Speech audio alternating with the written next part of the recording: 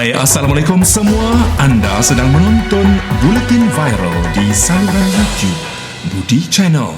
Dalam Buletin Viral kali ini, Budi akan menyampaikan berita tentang keahlian Tun Dr. Mahathir Mohamad bersama 4 lagi pemimpin telah digugur dari Parti Pribumi Bersatu Malaysia ataupun Bersatu. Bekas Perdana Menteri yang juga bekas pengerusi Parti Pribumi Bersatu Malaysia Bersatu, Tun Dr. Mahathir Mohamad digugurkan keahlian dari parti itu berkuat kuasa serta-merta dan bukannya dipecat daripada parti itu. Selain Dr. Mahathir, turut dipecat ialah Timbalan Presiden Bersatu, Datuk Seri Mukhris Mahathir, Ketua Armada Bersatu Syed Saddiq Syed Abdul Rahman, Ahli Majlis Pimpinan Tertinggi MPT Dr. Mazli Malik, serta Ahli Parlimen Kubang Pasu, Datuk Aminuddin Hamzah yang dilihat sehaluan dengan Dr. Mahathir.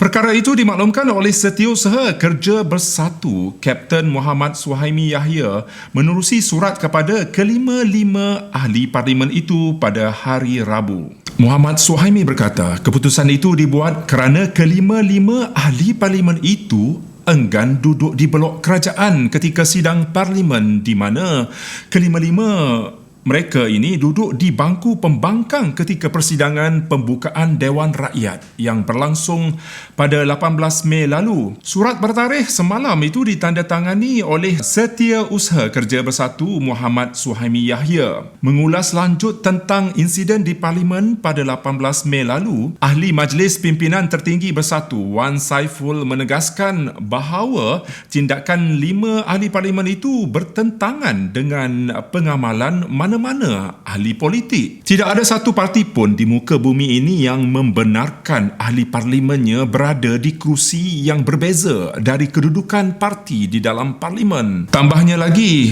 tolong beritahu parti mana di dunia ini yang pernah benarkan ianya berlaku. Tiada masalah untuk berbeza pendapat, berbeza pandangan, tetapi mestilah tetap berada dari blok parti sendiri, bukan dari luar blok parti. Sehubungan dengan itu, beliau meminta semua ahli kembali memperkukuhkan parti dan menghargai segala sumbangan kesemua pemimpin berkenaan sepanjang berada di dalam parti tanpa menafikan jasa mereka. Dalam sidang parlimen pada 18 Mei 2020, Yang Berhormat telah duduk di blok yang tidak menyokong Kerajaan Perikatan Nasional yang diterajui oleh Yang Amat Berhormat Perdana Menteri Tan Sri Muhyiddin Yassin merangkap Presiden ataupun pemangku pengerusi Bersatu. Sebaliknya, YB duduk di blok pembangkang. Saya mahu tegaskan bahawa mereka tidak dipecat, sebaliknya keluar hasil tindakan sendiri.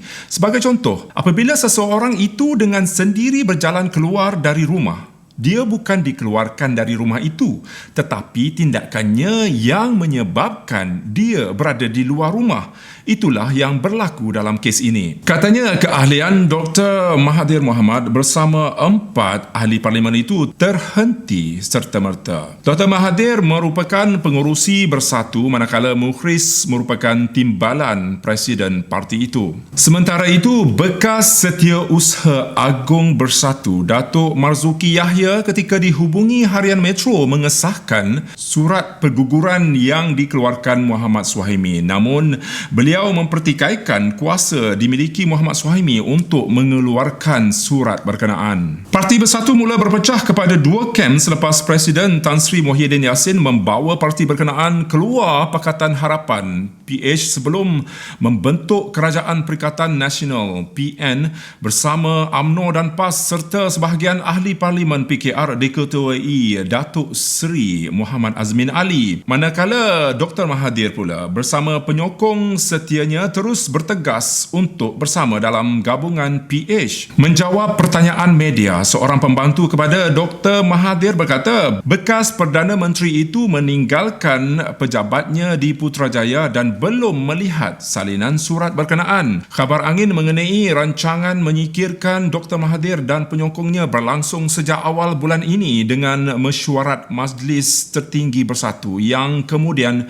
ditangguhkan. Dipercayai akan menyokong keputusan itu. Parti Bersatu berpecah selepas langkah Sheraton yang menyaksikan Presiden partinya Muhyiddin Yassin mengetuai majoriti pemimpinnya membentuk Perikatan Nasional. Sementara itu, Tun Dr. Mahathir merancang untuk melakukan usul tidak percaya terhadap Muhyiddin dan duduk di bangku pembangkang bersama 4 anggota Parlimen Bersatu yang lain semasa persidangan Dewan Rakyat pada 18 Mei lalu.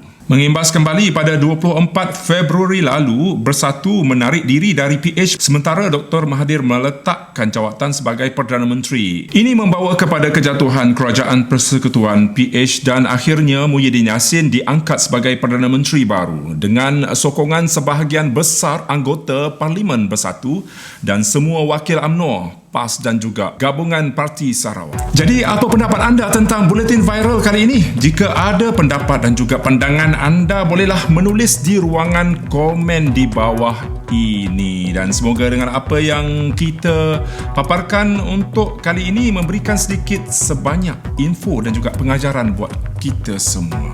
Nampaknya sekian dulu buat masa ini. Kita bertemu lagi di Buletin Viral pada masa akan datang. Kepada anda yang belum lagi subscribe Budi Channel, saya di sini ingin menjemput anda supaya tekan butang subscribe dan loceng notifikasi. Alright, kita berjumpa lagi. Bye-bye. Assalamualaikum.